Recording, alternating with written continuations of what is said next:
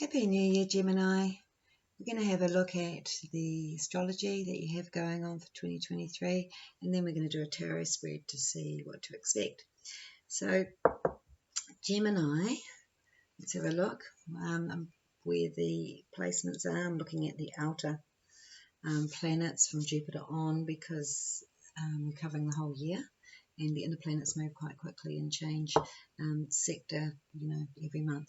So, Jupiter, so for Gemini, Jupiter you have in the 11th sector. Now the 11th sector is all about your friendships and connections, and this is a great placement for you. You've had it there for a little while, but it's where you can connect up and make new friends, but also expand your network of friendships and close connections, and also it can really start to learn a lot more and grow. You might decide you want to do some studies, or or you might find that you have new interests or spiritual subjects, or even want to travel through connections to do with overseas. So, this is Jupiter in the 11th is it's a nice time for that, for friendships.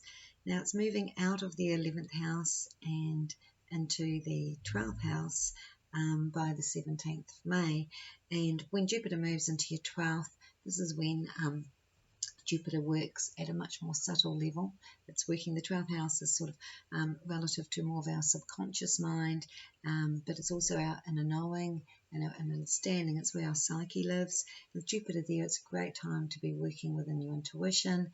It means that there's an opportunity here to expand and work with your intuition. You'll find that your intuition will be heightened during this time with Jupiter traveling through your 12th sector. Now this will continue on with Jupiter in Taurus, as it moves into Taurus around the middle of May and to the end of the year. So Saturn, you have Saturn, which is the planet of sort of commitment, sometimes hard work, restrictions and frustrations at times, but it's also about where we commit ourselves, where we have the sense of loyalty and duty, and where we really can apply ourselves with a lot of effort. Now that's sitting in your 9th sector, so Gemini may be considering some studies. Considering studies is a sort of a common feeling, I think, for Gemini, being the sign of Mercury, and Gemini especially, they do tend to like to learn new things. They do tend to like to understand things, and they like to learn not in huge depth, unless they've got Scorpio going on in their chart, but they tend to like to learn lots of information about lots of different, like a variety of things. So with Saturn there in the 9th, I think that it's going to make you want to apply yourself to some new area of learning at a much stronger degree, where it would be something that you'd really have to commit to. And like I said, it wouldn't be just your monthly course or your weekly course. It would be more like something you're willing to do at a longer term, 6 months to a year, or even something larger.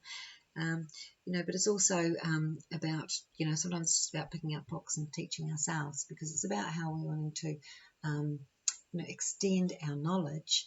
And that isn't always necessarily in learning or studies. Quite often it can be, relative to philosophy, or relative to, understanding overseas as well with that 9th sector. So in other words, learning about culture, learning languages, and also, learning about more philosophical or spiritual subjects. So that's where Saturn has been sitting in your 9th, So as it is moving out of that sector on the 8th of March, it moves into your 10th sector.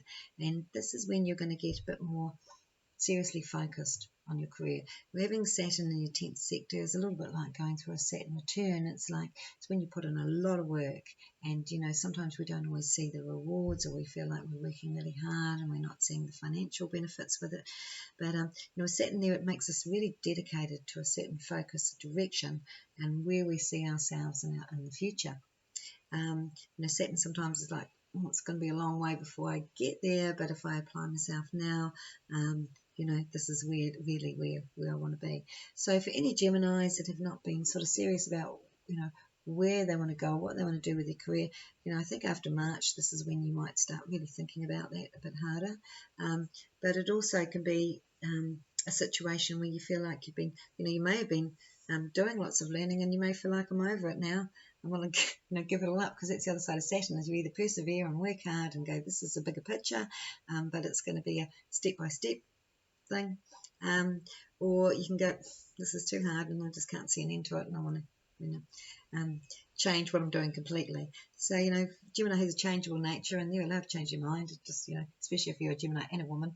But it's like you are going to get really serious about what you want to do, and you are going to dedicate yourself to something in particular of your goals and direction for the future, as Saturn moves into the 10th sector after March, or during March.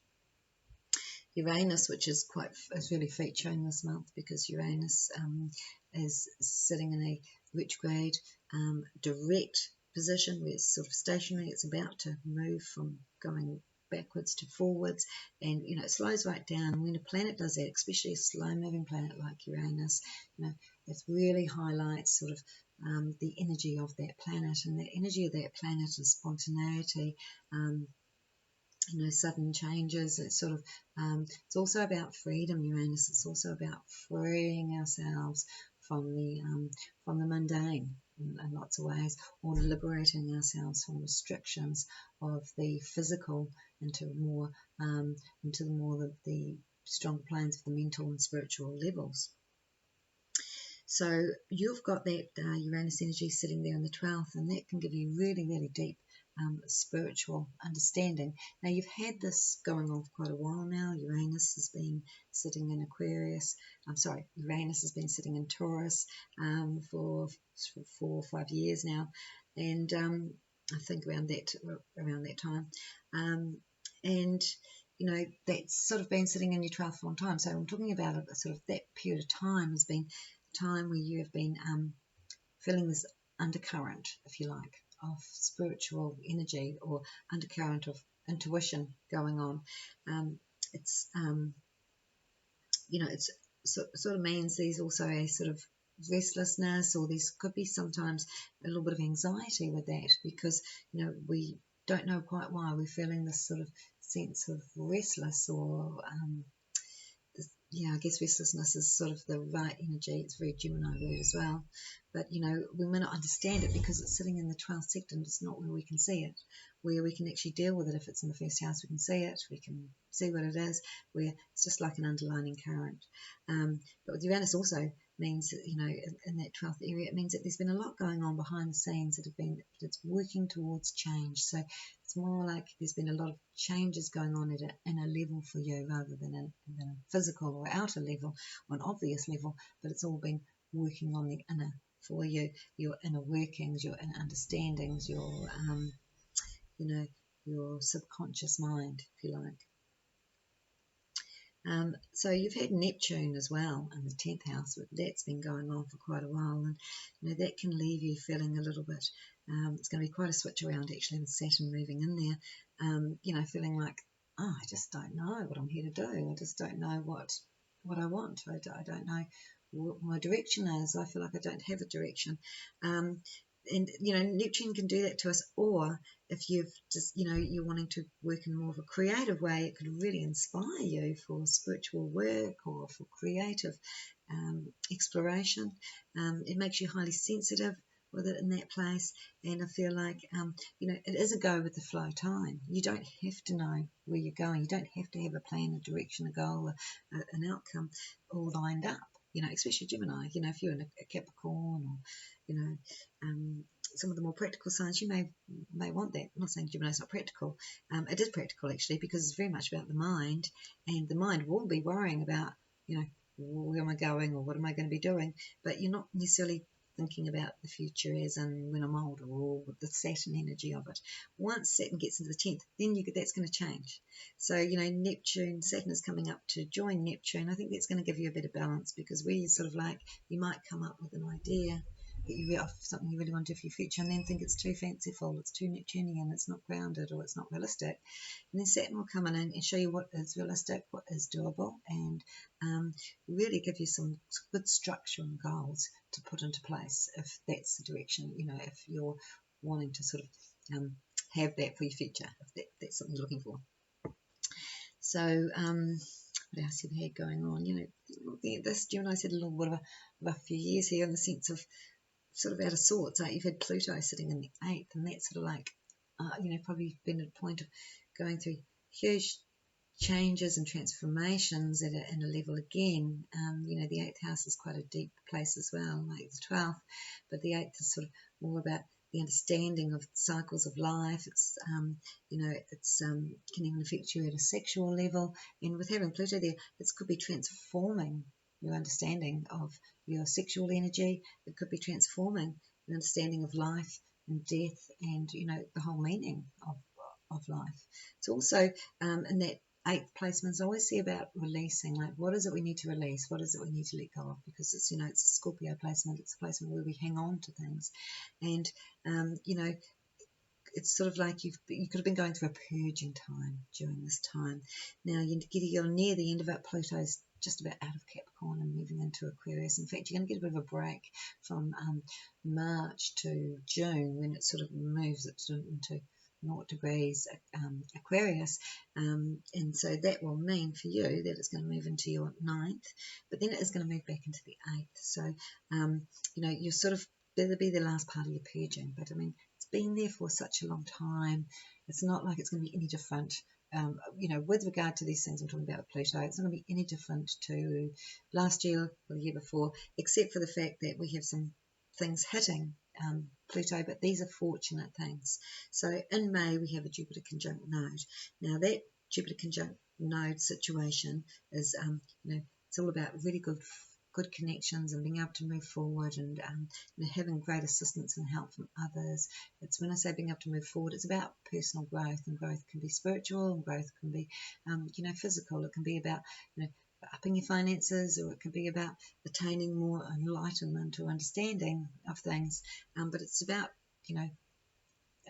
move forward and growth. So with Jupiter conjuncting the node, it's squaring Pluto. Now this is happening around during May, the whole month of May, and this is going to be I think a time when what I've just discussed is going to be more relevant the month of May, okay? Because it's going to be a time when you're sort of going to be clearing sort of at an unconscious level, doing all the clear out, and sort of really seeing what's going to work for you and what isn't within your relationships, what's going to help growth within your relationships, and what sort of really is squashing situations around relationships. So there might be certain situations that you're looking at only because of these placements during that time, but with Jupiter there, it's going to be absolutely fortunate. So any difficulties that have been experienced on relationships, I think they can be resolved during this time, but it's because it's sort of coming from a more deeper subconscious space. It may not be so obvious, and I would work at it on a spiritual level. So I would be visualizing these things shifting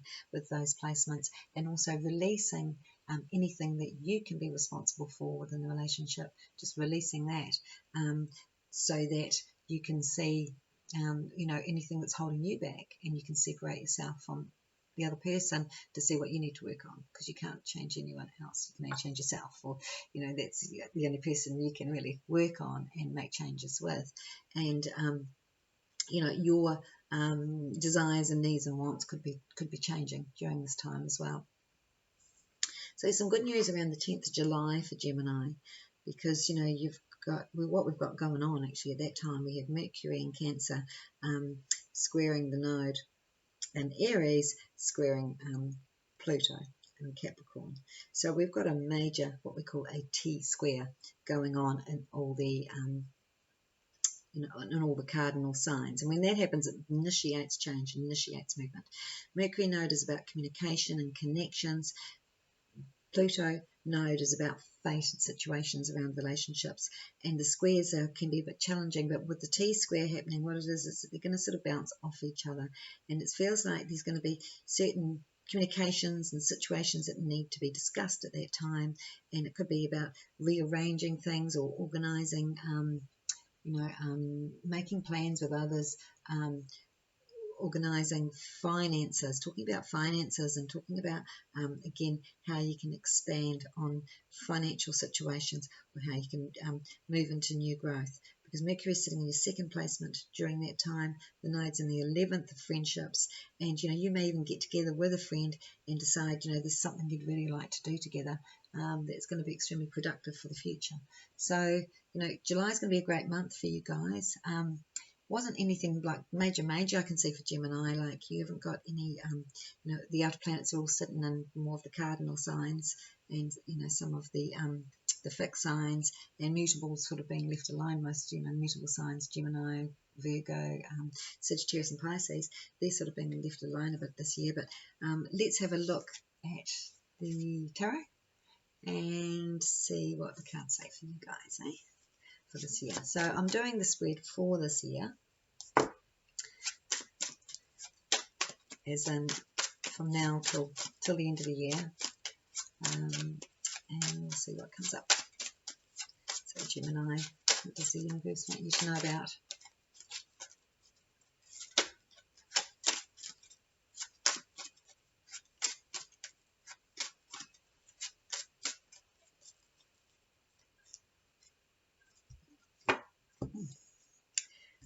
Okay, oh, this looks exciting. This is why I like to do the cards too, because I'm doing a general with the astrology, a bit different when you're looking at a personal natal chart, because you can get right down to the gritty. But the cards just indicate, they can indicate things that you can miss, with looking at the astrology at that general level. Because again, career, for some reason, work seems to be coming up. Okay. So,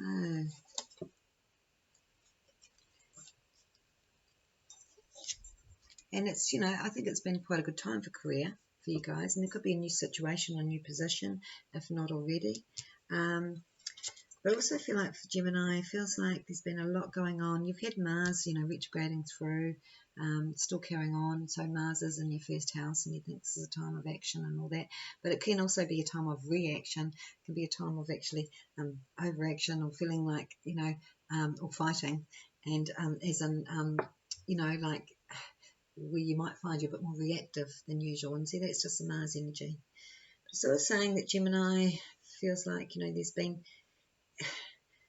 I think Geminis, they take things to heart. Gemini, we all take things to heart. But Gemini's feeling, I can see sort of coming up here, Gemini sort of feeling a little bit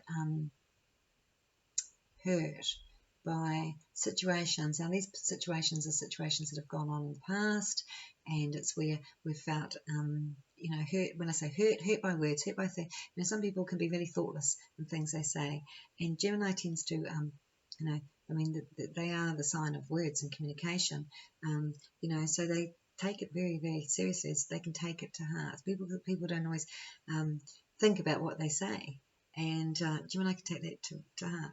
At the same time, Gemini, or placements in Gemini, not always Gemini sun sign, like Gemini ascendant or even Gemini moon, they can be really like direct and what they say, and so Geminis are good with words themselves. So you've got to remember, how words are played with, words are utilised for people's benefit, or people can utilise words to persuade someone or to get a feeling out of them, because it's really about the emotion they're drawn out, and some words can just trigger us. And so for some reason here, I feel like where I'm going with this is not to be reactive with the Mars energy. We actually do have for January, if I remember rightly, we have a Mercury Mars. Let's have a look. Situation. Oh, we've had it already, so that's okay. But we've got a Venus Mars coming up, which would be nice. So because it's and it's a trine actually, so that's going to be really nice for Gemini, because it's sitting in your first house there with the Mars, and then Venus it's all about communicating in that way that I'm saying, communicating in a nice way, but it's about agreement. So I feel like there's going to be some form of agreement here with another person where it feels like you felt let down. Okay, I'm getting it. Okay, so I'm getting it now. So there's been some letdowns. Now, these letdowns have already happened in the past. And this is about coming into more mutual ground where we can, where you can communicate it, where things can be sorted, not sort of picked at to bits, but just sorted at an emotional level of a deeper understanding. And so there's a potential here to gain a much deeper understanding of somebody else, but for some reason there's an opportunity here to let go of some hurt to do with the past. So we were talking about this, the past, the hurt, and I just felt it was just words. Words are just that. They can't really hurt you, like sticks and stones. But it's more about seeing it in a different light, seeing what has been said, because we're talking about past things that have been said, but it's just what's being reiterated in the mind. And the mind sometimes wants to go, oh, back here again, or oh, you said that, or this, affected me. Gemini likes to move on, to be honest, doesn't like to hold on. But for anyone who is holding on to past hurts, it does feel like it's an opportunity here to either speak up, to either, really speak your mind. It's really important, Geminis, communicating as the good communicator that they are. So if they have a problem within their relationships, or whether within their family, or any circumstances of any form of connection or relationship, if they can't communicate their truth, it's not going to sit right for them. They're the first one to go, let's talk about this, but if there's Geminis that tend to shut down, like say you've got a little bit of Cancer going on there, and because Cancer is the opposite, it's like, don't talk about that, we get that one with the lid on, then those types of Geminis, that's going to be a little bit purged out of you, or provoked out of you through circumstances around you, through connections that you're really close to, that you will feel more that you can engage with, or that you would engage with, because otherwise, if you're feeling, if you have that tendency, you're going to not bother unless it's somebody who's really is important to you. So I feel like this is a bit of a healing time relative to these situations. Now, I think that also what we've got going on here for Geminis. See, Geminis are, they're the twin. And, Gemini is esoterically ruled by Venus. So they represent the lovers in tarot, actually, because, the lovers is obviously the Venus, but it's also got that Mercury energy of Gemini. It's two twins. And, the lovers is also about, like, mutable, understanding, decisions made with another, not decisions made by self, but when two people have to make a decision together and move forward. And so talking about, it was esoterically ruled by Venus, because yes, it's very important that Gemini feels that connection, that they're in the relationship, that they feel very connected with, that they feel the communication's open, that they feel like this is their best friend, that they can speak, say anything. And speak their truth. And it feels like if that hasn't been happening for Gemini, that's going to come in where you're going to feel like you're more connected and you're more on the same page. And for Geminis that have sort of been on their own, it does look like there's situations where they're going to be making some really strong connections with soul connections, joining together. So it'll be like a chance meeting where you're coming together with like-mindedness, with someone who's on the same page with the same values. So there's some fated situations where Geminis are going to be brought together with others that are definitely in alignment with them, but even possibly soul-connected to them, to help to remind them who they are. Because if they've got out of touch of who they are, and if they've gone into a space where they feel like they've been just in situations but it hasn't been in alignment, and they they really need that, like I said, being the twin. See with the twin energy is about that duality, it's about that reflection, but it's about the opposite. So you have to see the opposite. You can't have someone the same as you. It would be insane. Like, who wants to be with anyone the same? We can go for years thinking, oh, why can't you be more like me? Why can't you be? And it's like, to be honest, if we're honest with ourselves, we would go nuts if we had someone exactly the same as us. They would have all our negative qualities the same. They would drive us mental. And, we choose someone with the opposite so that we can actually grow and learn from that. And so Gemini is all about that. They want to grow, they want to learn, they want to understand, they want to converse, they want to have that connection constantly. And, so I guess I'm bringing up this reflection thing because I think that sometimes with Gemini, it's, that's your challenge. Your sun sign is your challenge. It always is going to be your challenge. Your ascendant sign, and I think I forgot to mention that, this is relevant for Gemini, ascendant or sun sign. But, if it's your ascendant, then you're just a natural talker. You're natural, gifted in the mercurial arts and abilities. But if you're born with that, with Gemini, well, then your lessons are Gemini, just like if you're born with Pisces, your lessons are Pisces. And so the lessons of Gemini are about that twin energy. They are about you want someone to bounce off, you want someone to be the opposite so that you can learn and grow, but you can get quite frustrated and annoyed when they don't agree. We can get frustrated and annoyed when you feel like, they're not on the same page. And of course, they have to be in alignment with values. That's very, very important. But we're not always going to be on the same page. We're not always going to understand each other. And, the only way we can get that across is with communication. Now, if communication's been made hard, of course, or felt like squashed or controlled, yes, that is going to leave you feeling disappointed. It's going to leave you feeling like you're not able to be your true self. So anyway, that was a bit of a spiel, but getting back to the Gemini connection, I see fated connections coming in that you are in alignment with, that you will feel like you have more control in your life. And I don't know quite what this control issue is. Pluto in the 8th probably would not, would definitely be there, part of that. But sort of when I say control issue, it just feels like controlling through words or the mind. So it's like you're really learning to control your mind. You're really learning not to be reactive. You're really learning not to try to dwell on situations that haven't worked out.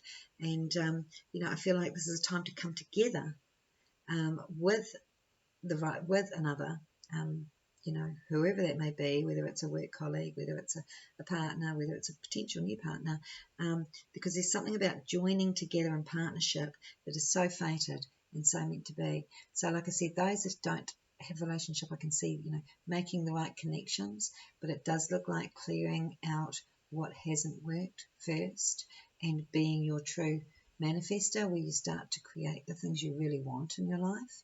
Because Gemini are very powerful in the mind and the heart, being, like I said, being connected to Mercury and Venus.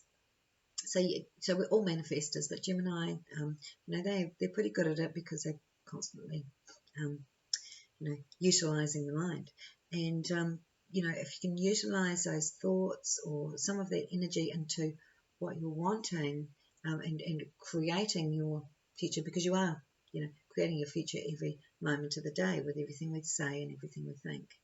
So sometimes we need to change the story from what hasn't worked out to what we actually want. So take what hasn't worked out or what we don't want and turn that into what we want through our words. Like write it down, affirm it. I want a relationship that has this for me, that provides this for me, where I can be open and honest and so forth.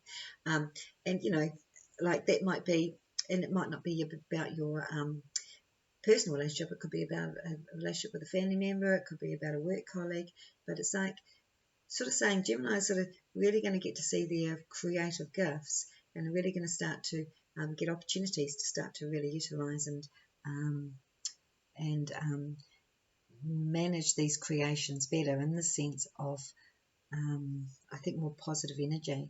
It's like you've been through a big test, and so when we're coming out of this test, now that's been in the past, but when we come out of the test, we can just feel depleted and feeling like, that was so hard, and we lose some of that positive insight into what we want to create. And so we've got to find that youthfulness. You see, Gemini is a youthful sign. Be that child, that inner child, and remember how it felt when we had all this positive energy and excitement about our future and about what is possible. Because you know, that is where we manifest from. So I think, you know, meditation is really good for Gemini. You know, with the outcome here, you've got a number 5. 5 is the number for Mercury, and the 5s in the tarot are sort of quite heady. They're quite like, oh, look, things would be a lot better if you started changing thought patterns. What can we do to change that? We can meditate, we can do affirmations, we can write down. Gemini's good at that. Journal, write down. What do we want? You have to write down what you want once, and it comes. Believe me, if you keep those bits of writing and go through it later, you'll see you get everything you ask for. So when we write it down, when we speak it, words are powerful. Words are here where we manifest from, but it has to be, it's the intention and the emotions and the clarity behind it. You know, this is what I think Gemini, excuse me, is mastering. It's mastering, you know, getting away from the lower mind, because Mercury is the lower mind, you know, where there's fears and sometimes, you know, worries or stresses or anxiety. And that's where I was going with that before, where I felt that Gemini can experience, you know, some Geminis could be experiencing a little bit of anxiety here. You know, I feel like this is the opportunity to clear that, because it's sort of like you're going to see more clearly where it's coming from, because you may not even know, and quite often we don't. And it's like, oh, it's just that, you know. And it's like once a fear comes to the surface, it's all it is. It's nothing more than a fear. It actually can't hurt us, and it's not even a reality. So I just feel like there's any, you know, odd fears coming to the surface. Again, I'd say Pluto in the 8th house has been doing that for you guys. Now I'm doing a second layout just to give us a stronger thing, because you know, and also confirms what I've just said. Another level, and you've got the lovers over top of what I was talking about. I just keep talking about the lovers card and Gemini. So again, it's what I was talking about: adaptability, connection. But it's sort of saying that if you can let go of hurts, the things, the regrets, the things you felt like didn't work out, or the things that felt disappointing, let go of that and get a new perspective, you can resolve anything and change anything in your life with regards to relationships and connections. So I think that's an area that's going to be worked on, and it just looks like for Geminis, new love relationships are coming in, and we're really going to be able to move forward, or a new level within existing relationships is coming in, and you know, feels like there's a whole shift going on for Gemini here, where you're going to be able to express so much more heart energy, and also communicate these emotions with so much more clarity, which is again the Gemini challenge, and why you chose to be born a Gemini. So we've got again new energies of love and creativity coming up here. Exciting changes around work, and even decisions about property change. So there's going to be a decision any time for Geminis, any time between March and maybe June, of moving. It's going to be the right decision. It's going to provide the things you need, as in, you know, some people like to live by the water, some people like to live, you know, it's like the things that you can, that give you tranquility and peace, because again, anything that puts you into that peaceful space is very, very positive for anyone. Gemini is also going through a space of like fine-tuning the intuition. I think I started off with that, Jupiter in the 12th. You know, with clarity, because you see, it's sort of, you know, we're all psychic, but, you know, the more mercurial signs, Gemini, Virgo, you know, that they're really strongly connected, because their mind's always ticking away, and they'll get these messages all the time, but then they analyze. They tend to, you know, the mercurial signs analyze, and so you get the information, and you go, oh, analyze, and then it's like, what was it again, or should I have acted on it, or did I make a mess of it? You know, you know, it's like you can't analyze intuition. It just is not, you know, intuition often isn't necessarily doesn't always make sense. Quite often I find with intuition it sort of does, because it's sort of you know, intuitively the sum of these things we've been creating anyway. But it's like you can't analyze it. It's like if you get a strong message through, because you know, if we're getting a strong message, sometimes it is something quite random. It's something that we're not expecting. It's not like, oh, you know, some intuition is, of course, logical, but this is like quite comes in quite quickly. It seems like it goes quite deep and comes in quite quickly. It's really important, I think, that Gemini meditates or does something, music or something that just relaxes the mind, or driving for some people just seems to take them out. And then it's like these messages are going to come in really, really strong. And then I think write them down before you've had time to analyze them, because you'll forget what you had in the first place if you overanalyze it. Yeah, or you're sort of downplaying it. You know, it's a muscle, and that muscle sort of wants to be recognized, if you like. It wants to be exercised, and it wants to be recognized to be made more effective and stronger. So yeah, decisions about where you want to place yourself, where you want to locate. Some Geminis might be looking at making a move, as in moving from a whole location, a whole area, a whole town, a whole city or a country, because it does seem to be where do we want to place ourselves. So that's could be the ninth house stuff I was picking up as well. That's a lot to do with overseas, or just, you know, learning new things, replacing ourselves into new environments. But yeah, there will be some decisions about that. And there was some plans, like not so much for the first half of this year, but more so for the second, and then going into 2024 for Gemini, of you know, how to make some really good money for the future relative to business. So I think there'll be something like a business formulating slowly behind the scenes during this time. And again, that's probably the Jupiter in the 12th. Things are formulating behind the scenes and working. And when it comes into the first house, then it's like, yeah, this is for me, and this is now I'm doing it.